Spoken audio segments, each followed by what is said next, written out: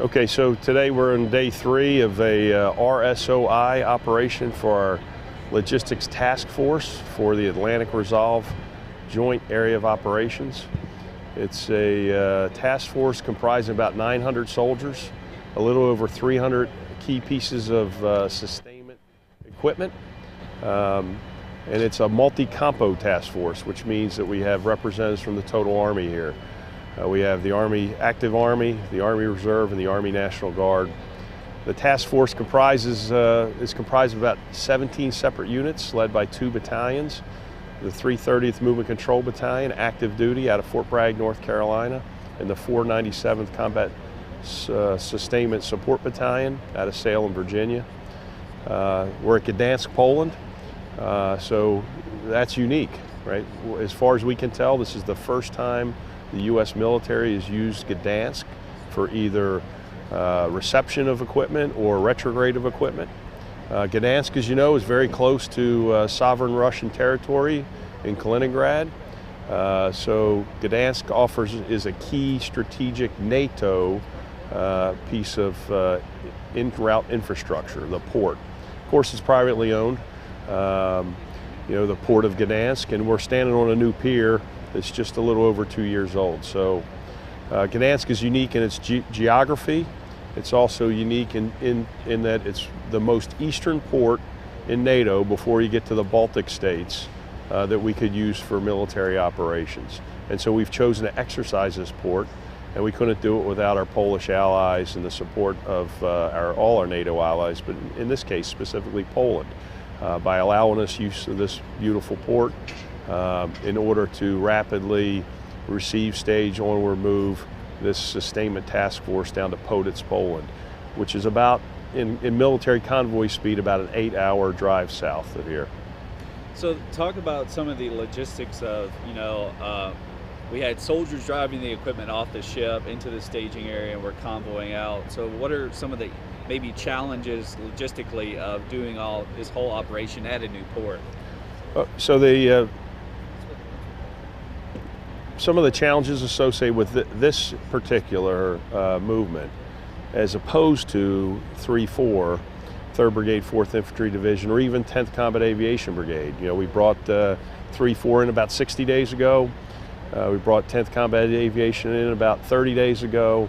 And this is the last piece in a package of rotational forces to perform execute deterrent operations and training with our NATO allies.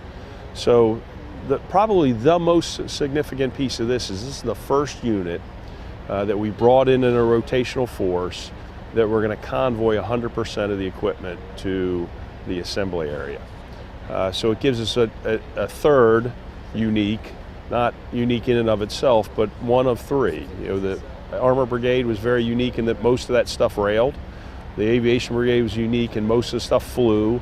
This unit gives us an insight into many other enabler units, whether they're signal or air defense or, in this case, sustainment, that has the ability to convoy to its location. So we're getting really good exercise of convoy command procedures, convoy planning, convoy execution, all at the lower unit level, company and below level, and that's happened today. The first convoy's already departed for Poditz. Yesterday, 2 convoys departed and closed Poditz. So convoy operations, it makes this one unique in so much as we're reliant on convoy operations for this unit to move itself to its assembly area. The second thing that's unique is our proximity to Kaliningrad. So that drives us to really focus on secure communications. So this unit collected up all the cell phones. They're in a cell phone blackout until they reach their assembly area. And it's really allowing us to exercise our secure communications capabilities and our expeditionary secure communications capabilities.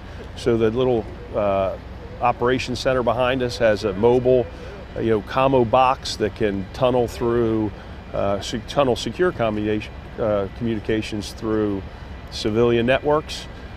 Each of these convoys are only communicating by secure voice communication and secure digital communication, and that is new. We've become reliant in the 21st century on cellular communications, WhatsApp, and things that are very unsecure and that create vulnerabilities to us. So we put a strong emphasis and focus on ensuring that we only talk over secure voice communications and secure digital communications for this exercise. And so that is probably the most unique aspect of this, and it helps us learn how to ensure that our movements and our operations remain secure.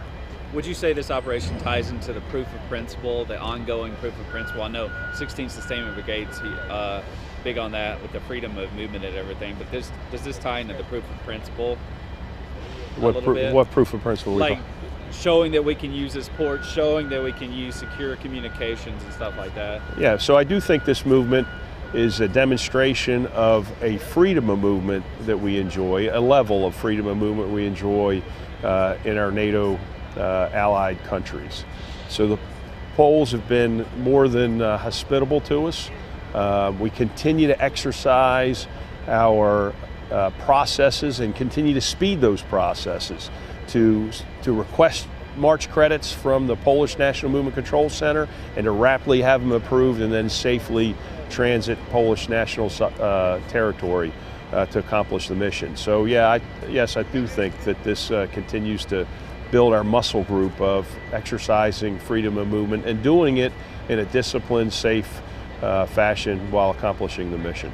So real quick, let's talk about the role of 16th Sustainment Brigade, their mission here, this huge effort that they're putting into moving all these vehicles and convoying down into Poland. So 16th Sustainment Brigade is the brigade headquarters that will exercise sustainment mission command of both these battalions, this entire 900 soldier task force. In that, this is their operation, right? 3-4 was a theater operation. So the 21st TSC 598th received the equipment in Bremerhaven and pushed it forward into the assembly area.